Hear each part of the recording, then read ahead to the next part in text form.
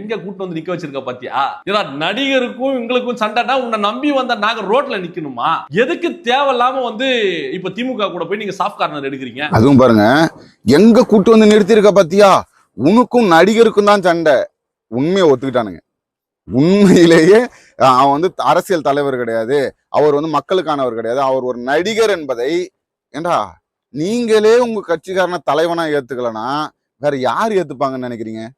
உங்களுக்கே வந்து நம்பிக்கை கிடையாது. அப்ப அவர் ஒரு அரசியல் தலைவர், புரட்சியை விதைக்க வந்தவர், தமிழ்நாட்டு மக்களை காப்பாற்ற வந்தவர் அப்படின்லாம் பேசிட்டு உனக்கும் ஒரு நடிகருக்கு தான் சண்டை என்ன?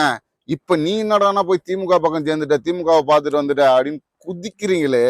இந்த சாக்குல உங்க தலைவனை போட்டு டேய், இந்த வடிவேல் சொல்லுவாரு, டேய் நான் செவனேன்னு தான்டா போயிட்டு இருந்தேன், என்ன ஏன்டா அந்த சாக்கடையில தள்ளி அப்படிங்கிற மாதிரி விஜயை தூக்கி சாக்கடையில போட்டு மிதின்னு மிதிக்கிறாங்க. எப்படி உனக்கும் ஒரு நடிகருக்கு தான் சண்டை? இன்னும் இது வரைக்கும் வந்து விஜய் வந்து அரசியல் தலைவர் ஆகல, அந்த அணில் குஞ்சுகளுக்கு இன்னும் அரசியல் முதிர்ச்சி வரலங்கிறதான் இது.